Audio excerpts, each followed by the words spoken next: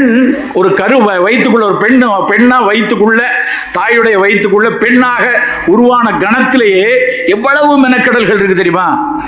ஒரு சின்ன உதாரணம், ஒரு பெண்ணாக ஒரு தாயினுடைய வயிற்றுக்குள் ஒரு பெண் குழந்தை உருவான உடனே அவளுடைய சினைப்பைக்குள் கிட்டத்தட்ட 3 கோடி கருமுட்டைகள் இருக்கு.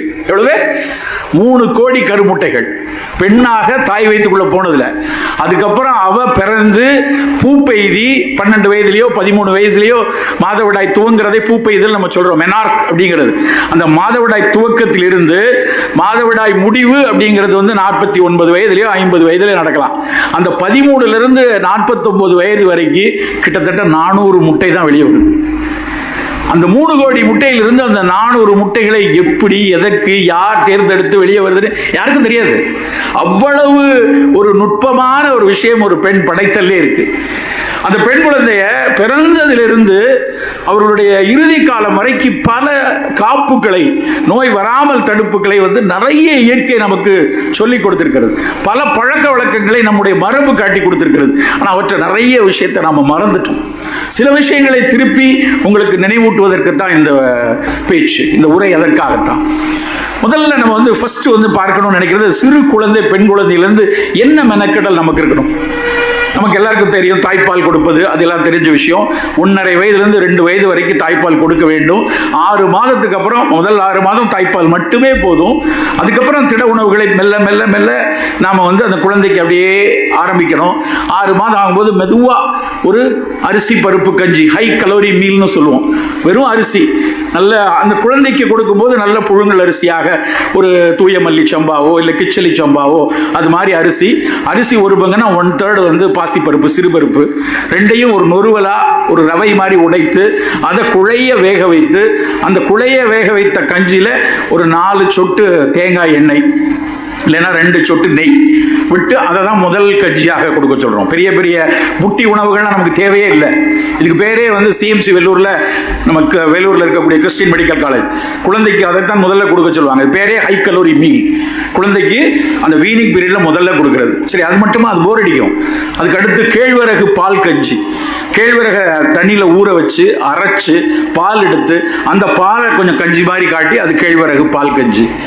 கேரளத்தில் என்ன பண்ணுவாங்கன்னா, அதே நேரத்தில் நேந்திரம் பழம் மாவு கஞ்சி. நேந்திரம் பழம் ஒரு பஜ்ஜிக்கு போடுறாங்க, நேந்திரம் பழம் அதனுடைய ஒரு காவெட்டா இளம் பழமாக இல்லை இளங்காயாக அதை எடுத்து அதை கட் பண்ணி காய வச்சு மாவாக்கியிருப்பாங்க.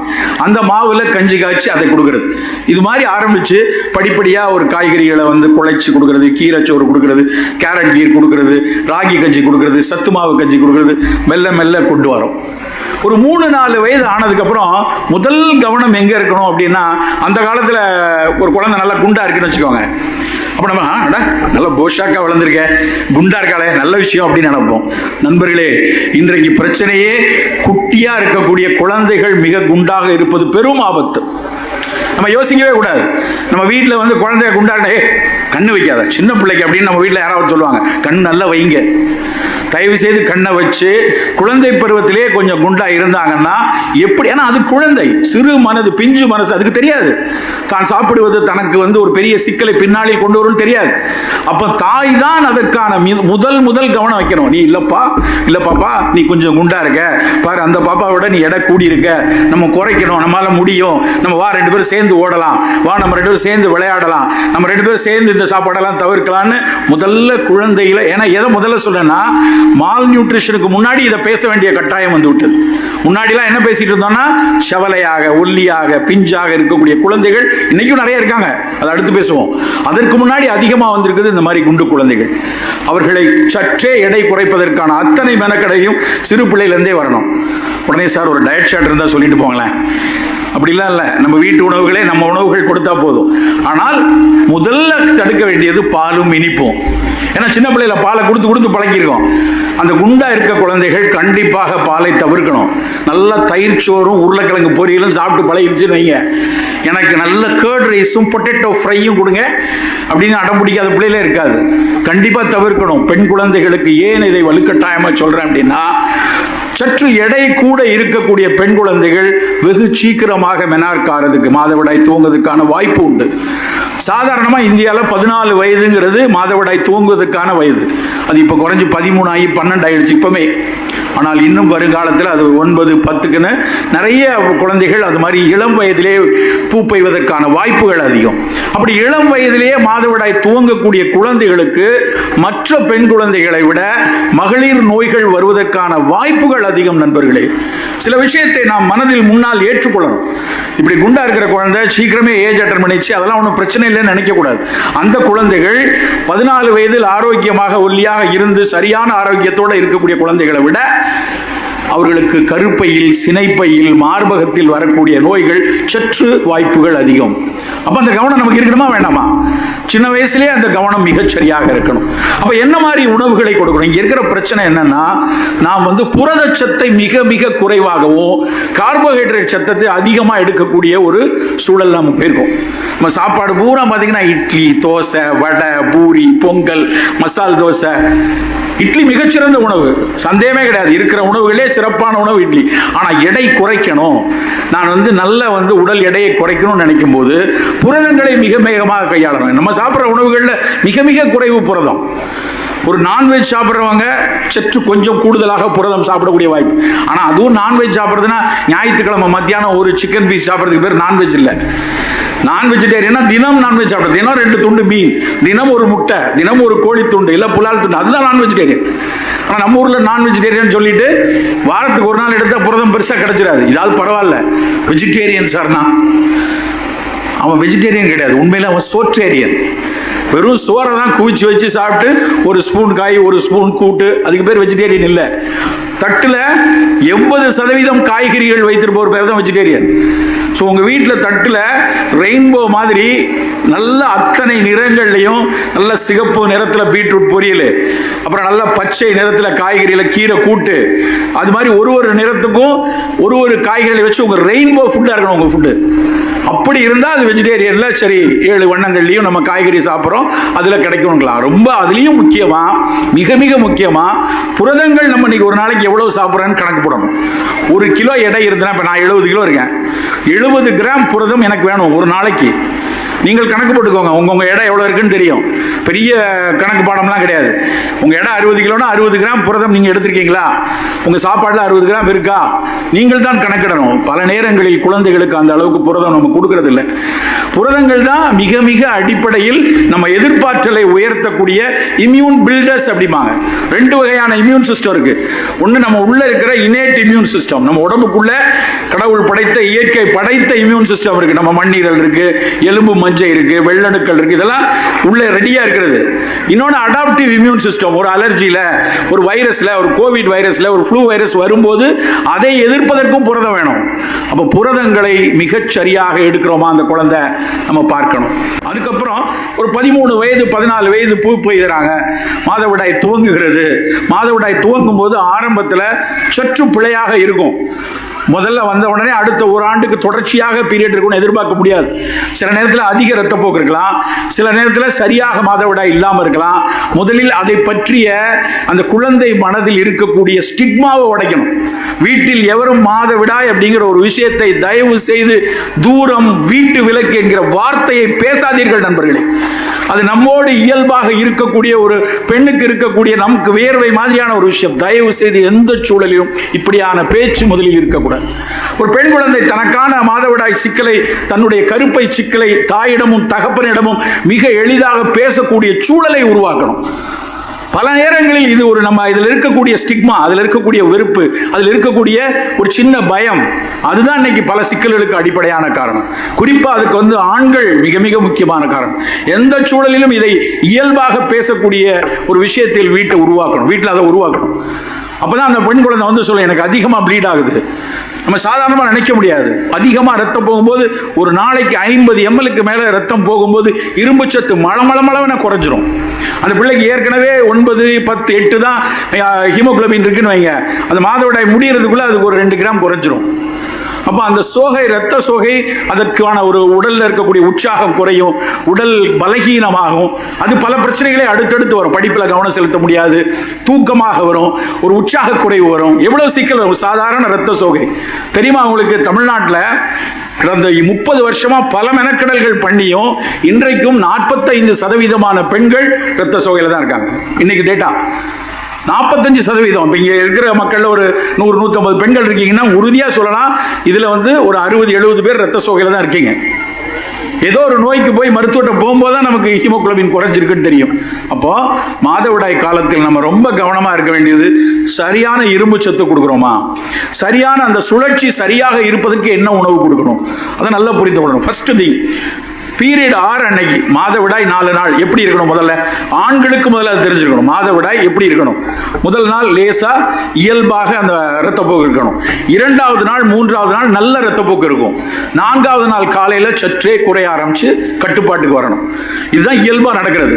ஆனா ஒருவேளை அதிக இரத்தப்போக்கு இருந்துச்சு அப்படின்னா அதை உடனடியாக அந்த குழந்தைக்கு ஒரு அயற்சி இருக்கும் அப்படின்னா அந்த முதல்ல இரும்பு சத்து நல்லா கொடுக்கறதுக்கான பழக்கம் இருக்கணும். அப்ப அந்த குழந்தைக்கு கூடுதலாக அத்திப்பழம், கூடுதலாக மாதுளம்பழச்சாறு, கூடுதலாக எள்ளுல செய்யப்பட்ட முட்டாய் இதை கொடுக்கணும். எள்ளுல இருக்கக்கூடிய இரும்பு நம்ம பலருக்கும் டக்குன்னு வரும், எள்ளு நிறைய பீடாயிருமே, எள்ளு நிறைய சூடாகும். அப்படி இல்லை. நம்ம மாதவிடாய் சுழற்சியில அந்த 3-4 நாட்களுக்கு எள்ளு உருண்டை, எள்ளு முட்டாய் கொடுக்கணும். அப்போ குருதி போறது நல்லது. மாதவிடாய் முடிந்த உடனே அந்த 4வது நாட்கு அப்புறம் கரு முட்டை வளரக்கூடிய பருவம் 10 நாட்கள் மெல்ல மெல்ல அந்த ஃபாலிக்கல் விரிஞ்சுக்கிட்டே வரும், வளர்ந்துட்டே வரும். 14வது நாள் அது உடைஞ்சு அதுல இருந்த கருமுட்டை அந்த கருக்குழாய் வழியாக கருப்பையை நோக்கி நகர்ந்து வரும். அதுதான் பிசியாலஜி, உடல் இயங்கியல். அப்ப அந்த மாதவிடாய் முடிஞ்சு அடுத்த 10 நாட்கள் பெண்களுக்கு, ரொம்ப பெண் குழந்தைகளுக்கு ரொம்ப ரொம்ப முக்கியமான நாள். அந்த 10 நாட்கள் உளுந்து கொடுக்க வேண்டும் நண்பர்களே. உளுந்து கொடுக்கணும். எப்படி கொடுக்கறது? எப்படி வேணாலும் கொடுங்க. உளுந்த கஞ்சி, உளுந்த வடை, உளுந்து தோசை, கருப்பு உளுந்த நல்லா பொடி பண்ணி வறுத்து வச்சு மாவை வச்சு வேற ஏதாவது பலகாரம் செய்யறோமா கொடுக்கலாம். அப்போ அந்த பீரியட் 4 நாள் எள்ளு, அப்புறம் 5வது நாள்ல இருந்து 15வது நாள் வரைக்கும் உளுந்து நல்ல புரதமும் கூட, அது நிறைய எடுத்துக்கணும். அந்த கரு முட்டையிலிருந்து அப்படியே அந்த ஃபாலிக்கல் ரப்சர் ஆகி எக் டியூபுக்குள்ள வந்ததுக்கு அப்புறம் கருப்பையை வலுவாக வைத்துக் கொள்வதற்கும் அதிக இரத்தப்போக்கு வராமல் இருக்கவும், குறிப்பா டிஸ்மெனோரியா மாதவிடாய் சமயத்தில் வலி இல்லாமல் இருப்பதற்கும் வெந்தயம் கொடுக்கணும். அந்த 15லிருந்து அடுத்த 28வது நாள் வரைக்கும் வெந்தய பொடியை ஏதாவது ஒரு வகையில் வறுத்து பொடி பண்ணி வச்சுக்கோங்க, இல்லை ஊற வச்சு கொடுங்க, இல்லை முளைகட்டி வச்சு கொடுங்க. வெந்தயம் மனசுல எடுத்துட்டு போக வேண்டிய, இந்த இடத்தை விட்டு செல்லும் போது எடுத்துட்டு போக வேண்டியது எல்லா பெண்களுக்கும் மாதவிடாய் சமயத்தில் எள்ளு, அதுக்கப்புறம் உளுந்து, அதுக்கப்புறம் வெந்தயம். இந்த சைக்கிள் ரெகுலரா இருந்துட்டு இருக்கணும். அடுத்து இரும்புச்சத்து குறைந்து விடாமல் இருப்பதற்கு எப்பவுமே 11, 10, 10.5, 11க்கு மேல இருக்கணும். மைல்டு அனிமியா பெரிதாக நமக்கு ஒன்றும் காட்டாது, ஒரு தொந்தரவும் பண்ணாது. ரொம்ப கீழே 9, 8ன்னு வரும்போது தான் சோர்வு, களைப்பு எல்லாம் வரும். 7க்கு கீழே வரும்போது தான் நமக்கே குணங்கள் தெரியும். அதனால ரொம்ப கீழே போற வரைக்கும் விடக்கூடாது. அவ்வப்போது சோதிச்சு பார்த்து கொள்ளணும் என்னுடைய அளவு எவ்வளவு இருக்கு. அப்போ அதுக்குரிய இரும்புச்சத்தை கூட்டுவதற்குரிய முருங்கைக்கீரை கொடுங்க, பேரிச்சம்பழம் கொடுங்க, அத்திப்பழம் கொடுங்க, வீர எள்ளுருண்டை, இது மாதிரி. சரி, மற்ற தானியங்கள் என்ன? தானியங்கள்ல கம்பு, இரும்புச்சத்து அதிகமா இருக்கிற சிறுதானியங்கள்ல நம்பர் 1 கம்பு தான். அரிசியை விட 8 மடங்கு அதிகம் இருக்கு கம்மஞ்சோறு. அது வாரத்துக்கு 2 நாளாவது கம்பஞ்சோறு கொடுக்கலாம், கம்பங்கூழ் கொடுக்கலாம். இப்போ வெயில் காலம் வருது, நல்ல மோர் விட்டு கம்பங்கூழ் வச்சு நல்ல சிறிய வெங்காயத்தை வெட்டி போட்டு அந்த கம்பங்கூழை நம்ம வீட்டில் கொடுத்து கொண்டு வரும். இதெல்லாம் இரும்பை கூட்டிக் கொண்டே வரும். சரி, மாதவிடாய் காலம் துவங்கியாச்சு, நல்ல ப்ளீடிங் எல்லாம் இருந்து நார்மலாக இருந்து திருமணம் ஆறாங்க. அந்த திருமண காலத்தில் குழந்தை பேருக்காக வரும்போது, திருமணமாகி குழந்தை பேருக்காக வரும்போது பெண்ணினுடைய நிலைமை எப்படி இருக்கணும்? முதல் விஷயம் என்ன தெரியுமா? கல்யாணம் ஆகி அவங்க திருமண வாழ்க்கையை துவங்கிட்டாங்கன்னா மாசம் இல்லைன்னா பார்க்கும் போதெல்லாம் என்ன விசேஷம்னு தயவு செய்து கேட்காதீங்க. இதுதான் முதல் அறிவுரை. அந்த பெண்ணுக்கு எவ்வளவு வலியை ஏற்படுத்தும்னு அந்த பெண்ணை கேட்டால் தான் தெரியும். மாசம் பார்க்கும்போது என்னமா விசேஷம், ஏன் உங்கள்கிட்ட சொல்லணும், ஏன் உங்கள்கிட்ட பேசணும்? அது அவர்கள் 2 பேரும் எடுக்க வேண்டிய முடிவு. நல்லா தெரிந்து கொள்ள வேண்டியது, 2 ஆண்டுகள் எந்தவித தடையும் இல்லாத குடும்ப உறவு இருந்து குழந்தை பேரு வேணும் என திட்டமிட்டு 2 ஆண்டுகள் அவர்கள் முயற்சித்ததுக்கு அப்புறமும் குழந்தை பேர் கிடைக்க தாமதமாகுதுனா தான் மருத்துவரே போய் பார்க்கணும். நல்லா புரிந்து கொள்ளுங்க. 26 வயசுல கன்சீவ் ஆகுது, உடனே 26 வயசுல திருமணம் ஆகுது, உடனே போய் டைம் ஆயிடுச்சு, அடுத்த 3 மாசத்துல எப்படியா கன்சீவ் ஆயிரு. எத்தனை பெண்கள் மன வருத்தத்தோடு இருக்கிறார்கள் என்று எனக்கு தெரியும். அவர்களுக்கு உடல் நல பிரச்சனையை விட மனநல பிரச்சனை தான் மிக அதிகம். அப்ப அந்த உள்ளத்தில் அந்த சிக்கலை கொண்டு வந்து சேர்க்கக்கூடிய சமூகமாக இந்த பண்பட்ட சமூகம் இருக்கக்கூடாது நண்பர்களே. நாம் அப்படி கேள்வியை கேட்கக்கூடாது. அது இயல்பாக இயற்கையாக நடக்கக்கூடிய விஷயம், நடக்க உறுதியா. அதை செம்மைப்படுத்துவதற்கு, அந்த கருமுட்டையை வலுவாக்குவதற்கு நான் சொன்ன உளுந்து, இன்னும் ஈஸ்ட்ரோஜெனிக்கான ஒரு மிகச்சிறந்த புரதம் சோயா. குழந்தை பேரு திட்டமிடக்கூடிய நல்ல பெண்களுக்கு நல்ல மாதவிடாய் செம்மையாக்க இயல்பா கிடைக்கக்கூடிய புரதத்துல ஒண்ணு சோயா. இந்த சோயா புரதம், சோயா வந்து அம்மா பேசிட்டு போனாங்களே, ஜப்பானுடைய சஷாக்கியின் கொக்கு பத்தி பேசினாங்க இல்லையா, அந்த ஜப்பானுடைய ஒட்டுமொத்த சமூகமும் சாப்பிடக்கூடிய மிக முக்கியமான ஒரு பயிர் சோயா. அந்த சோயா இல்லாத நான் 15 நாட்களுக்கு முன்னாடி ஜப்பான்ல இருந்து வந்தேன். இவர்கள் சொன்ன அதே ஷொசாக்கியின் கொக்கு இடத்துல அங்க நின்று கண்ணீரோடு நான் 4 மணி நேரம் நின்று கொண்டிருந்தேன். என்னால் அந்த ஹிரோஷிமா நகரம் அழிந்ததை பார்த்துவிட்டு, அங்கிருந்த கண்காட்சியை பார்த்துவிட்டு எதையும் பேச முடியல. அந்த நாட்டு மக்கள், ஜப்பானிய மக்கள் எல்லாம் அங்க வந்து பக்கத்துல ஒக்கினோவான்னு ஒரு இடம் இருக்கு. அந்த ஒக்கினோவா இடத்துல சராசரி ஆயுள் வயசு எவ்வளவு தெரியுமா? இந்த தமிழ்நாட்டினுடைய சராசரி ஆயுட்காலம் எவ்வளவு? 72. சுதந்திரம் அடையும்போது 37 இருந்தோம், இப்ப 72. மிக பெரிய வளர்ச்சி. ஆனால் ஒக்கினோவாவில் சராசரி ஆயுட்காலம் 103 நண்பர்களே. சாதாரண 116 115 இருக்கான். அவர்களுடைய உணவுல மிக முக்கியமான உணவு சோயா. மீசோ சூப் அப்படின்னு ஒன்று குடிக்கிறாங்க. எங்க போனாலும் மீசோ சூப்னு சோயாவில் எடுத்த கஞ்சியை சாப்பிடுகிறார்கள். சோயாவில் எடுத்த நம்ம ஊர் பணியாரம் மாதிரி, நம்ம ஊர்ல அந்த மோதகம் மாதிரி, அரிசிக்குள் நம்ம இனிப்பு வச்சு செய்யறோம்ல மோதகம், அதே மாதிரி அந்த சோயா ரெட் பீன் அதை வந்து அவங்க வந்து பயிரை வைத்து அவர்கள் சாப்பிடுகிறார்கள். அவர்களுடைய காலை உணவாகவே அது இருக்கிறது. நம்ம சோயா கூட ஏன் சோயா பெண்களுக்கு நல்லதுன்னா, அதில் இருக்கக்கூடிய ஃபைட்டோ ஈஸ்ட்ரோஜன், தாவர ஹார்மோன், அது நேரடியான ஈஸ்ட்ரோஜன் கிடையாது, தாவர ஈஸ்ட்ரோஜன். அது அந்த குழந்தைக்கு, அந்த கருப்பையினுடைய வளர்ச்சிக்கு, சினைப்பையினுடைய வளர்ச்சிக்கு, இயல்பான வளர்ச்சிக்கு மிகச்சிறப்பான உணவாக இருக்கும். அப்ப கருத்தரிக்கணும்னு திட்டமிடக்கூடிய பெண்கள் நல்ல உளுந்து, நல்ல சோயா, மற்ற கூடுதல் புரதம், மீன்கள் மிகச்சிறப்பா நம்ம வந்து மீன்கள் மூலமா கிடைக்கக்கூடிய புரதம், முட்டையிலிருந்து கிடைக்கக்கூடிய புரதம் அந்த குழந்தைகளுக்கு மிக அவசியம். திட்டமிடுறோம், கருத்தரிச்சாச்சு. கருத்தரித்திருக்கிற காலத்துல அதற்கு என்னெல்லாம் நம்ம கொடுத்துட்டு வரலாம், அந்த பெண் குழந்தை எவ்வளவு சிறப்பாக இருக்கணும், அந்த அவர்கள் தாய் குழந்தை ஒரு நல்ல புரிந்து கொள்ளணும். இருக்கிறதுலே ஆண் பெண் 2 பேரில் ரொம்ப முக்கியமான விஷயம் எல்லாரும் கேட்க வேண்டியது, ஆண் பெண் 2 பேர்ல இயல்பிலேயே இயற்கையிலேயே நவீன மருத்துவ உலகம் ஏற்றுக்கொண்ட ஒரு விஷயம் என்னன்னா, பெண் தான் ஆண்களை விட ஆரோக்கியமானவர்கள். நல்லா புரிந்து கொள்ளுங்க. இயற்கை அப்படித்தான் படைத்திருக்கிறது. பல வகையில் பெண்கள் ஆரோக்கியமானவர்கள். ஆச்சரியமா இருக்கும் அதனோட சயின்ஸை படித்து பார்த்தா. நம்ம எவ்வளவு ஒதுக்கி வைத்து, எவ்வளவு பெண்களை வந்து, நான் சொன்ன பெண் நலத்தை வந்து பல நாடுகளும் வந்து ஒரு பெண் டாக்டரை உருவாக்காம வச்சிருக்காங்க. பல நாடுகளிலும் புறக்கணிக்கப்படுகிறது பெண் நலம். ஆனாலும் கூட பெண்களினுடைய ஆரோக்கியம் ஆண்களின் ஆரோக்கியத்தை விட அதிகம். ஏன் தெரியுமா? ஏன்? அடுத்த தலைமுறையை உருவாக்கக்கூடிய உயிரி அவங்க. சோ இயற்கை இயல்பாகவே அவர்களுடைய ஆரோக்கியத்தை கொஞ்சம் கூடுதல் விஷயத்தோட கொண்டு வந்திருக்கு. நல்ல ஒரு விஷயம் கவனிச்சு பாருங்களேன். உங்களுக்கே சமீபத்தில் பார்த்த இதுல தெரியும். 35 வயசுல திடீர்னு மாரடைப்புல ஆண் இறந்து போயிட்டான். 30 வயசுல அங்க இருக்கவர் இறந்து போயிட்டாரு. 40 வயசுல அவர் இறந்து போயிட்டாருன்னு நிறைய செய்தி படிக்கிறோம் இல்லையா? 35 வயசுல பெண் மாரடைப்புல இறந்துருக்காங்க. படிச்சீங்களா? சமீபத்தில் ஐயா படிச்ச மாதிரி அவர். ஏன்? அதே மாதிரி வேலை செய்யக்கூடிய, அதே மாதிரி ஓடிக்கொண்டே இருக்கிற ஒரு பெண் 35 வயசுல 40 வயசுல மாரடைப்பில் இறக்கக்கூடிய வாய்ப்பு மிக மிக குறைவு, மிக மிக குறைவு. ஆனா ஆண் 35-40 வயசுல நிறைய மரணம் நடக்குது. ஏன் தெரியுமா? அந்த ஈஸ்ட்ரோஜன், அவர்களுக்கு இருக்கக்கூடிய அந்த ஹார்மோன் இருக்கு இல்லையா, பெண் ஹார்மோன் ஈஸ்ட்ரோஜன், அது வெறும் கருத்தரிப்புக்கு மட்டும் இல்ல, அவர்களுடைய இதயத்துக்கு பாதுகாப்பு, அவருடைய வயிற்றுக்கு பாதுகாப்பு, அவருடைய எலும்புக்கு பாதுகாப்பு, இதெல்லாம் அந்த ஹார்மோன் கொடுக்குது. அதனாலதான் அது ஆச்சரியமா இருக்கும். ஒரு பெண்களினுடைய உடல் நலத்துக்கு இயற்கை இவ்வளவு பாதுகாப்பு கொடுத்திருக்கா. கரெக்டா மாதவிடாய் முடிஞ்ச உடனே அந்த ஈஸ்ட்ரோஜன் குறைஞ்ச உடனே சற்று வெலவெலன்னு ஆவாங்க. அந்த பெண்ணுக்கு இயல்பாக அந்த நேரத்தில் கடும் கோபம் வரும். அதுக்கு பேரே ஆங்கிலத்தில் ஃப்ரீ நெஸ்ட் சிண்ட்ரோமா. அதைத்தான் எழுதுகிறார்கள். இப்ப இருக்கிற அந்த மெனோபாஸ் அப்படிங்கிற சிச்சுவேஷன்ல 50 வயதில் அந்த பெண் அவன் கணவனால் சற்று ஒதுக்கப்படுவான். பிள்ளைங்க பேச்ச கேட்காது. பொண்ணு உனக்கு என்ன தெரியும் போ அப்படின்பா. பையன் காலேஜ்ல இருந்து அவன் வரவே மாட்டான். யாருமே இல்லாத ஒரு வெறுமை உணர்வில் தன்னுடைய ஈஸ்ட்ரோஜனும் குறைந்திருக்கிற சூழல்ல தான் அந்த மெனபாஸ் என்கிற மாத விடாய் முடியக்கூடிய சமயத்தில் அந்த பெண் சற்று ஒரு கோபத்தோடையும் சிதிலமாயும் ஒரு வலு இழந்தும் இருப்பதற்கான காரணம் அதுதான். அந்த நேரத்தில் அவர்களுடைய கணவர், அவங்களுடைய பிள்ளைங்க தன்னுடைய அம்மாவுக்கு மாதவிடாய் முடிய போது நினைக்கிற பொண்ணோ பையனோ அரவணைத்து இருக்கணும். முதல் அரவணைப்பு தன்னுடைய குடும்பத்தில் இருக்கணும். இது நிச்சயமா இந்த நேரத்தில் அவங்க பலவீனமா இருப்பாங்க. அவங்க எலும்பு கொஞ்சம் சுண்ணாம்பு சத்து குறைந்து இருக்கும். அவங்களுடைய இடுப்பு தசைகள் சற்று பலவீனமாய் உட்காரும் போது ஒரு இதை பிடிச்சி எந்திக்கக்கூடிய ஒரு தன்மை வரும். இதெல்லாம் இயல்பா நடக்கக்கூடியது. அப்ப அந்த நேரத்தில் நம்முடைய ஒரு முதல்ல வீட்டில் இருக்க குடும்பம் அவர்களை அரவணைத்திருக்கணும்.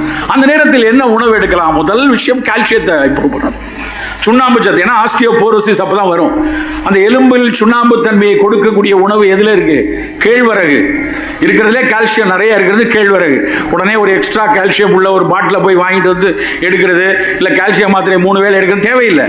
ஒருவேளை உங்கள் மருத்துவர் உங்களுக்கு ரொம்ப கால்சியம் குறைவாக இருக்குன்னு சொன்னா எடுங்க. மீதி நேரத்தில் உணவுல ஏற்படக்கூடிய நல்ல கேழ்வரகு, பிரண்ட துவையல், அது மாதிரி உணவை நம்ம எடுத்துக்கொள்ளலாம். இது கால்சியத்தை எடுத்துட்டு போறோம். ரொம்ப ரொம்ப முக்கியமான பருவம் அந்த நேரத்தில். அதோட மனதில் கொஞ்சம் பதட்டம், பயம் இருக்கிறதுல அந்த பதட்டத்தையும் பயத்தையும் குறைக்கக்கூடிய ஒரு மருந்து மாதுளம்பழம். ஆய்ந்தறிந்து சொல்ல, சும்மா ஒரு பிரீச்சிங்கா சொல்லல. மாதுளை எப்படி உள்ளத்தில் இருக்கக்கூடிய ஹாப்பினஸ் ஹார்மோன், மகிழ்ச்சியை கொடுக்கக்கூடிய ஹார்மோனை தூண்டுதுன்னு ஆய்ந்தறிந்து சொல்லியிருக்காங்க. செரட்டோனின் லிபரேட்டர் சொல்லுவாங்க, அதை கொடுக்கிறது மாதுளம்பழம். அப்போ ஒரு 47-48 வயசுல இருந்தே மாதுளம்பழம் ஜூஸ் எடுத்துக்கொள்வதை ஒரு பழக்கமாக வைத்துக்கொள்ளும். இது மாதவிடாய் முடிகிற சமயத்தில் நாம் எடுக்க வேண்டிய அக்கறை.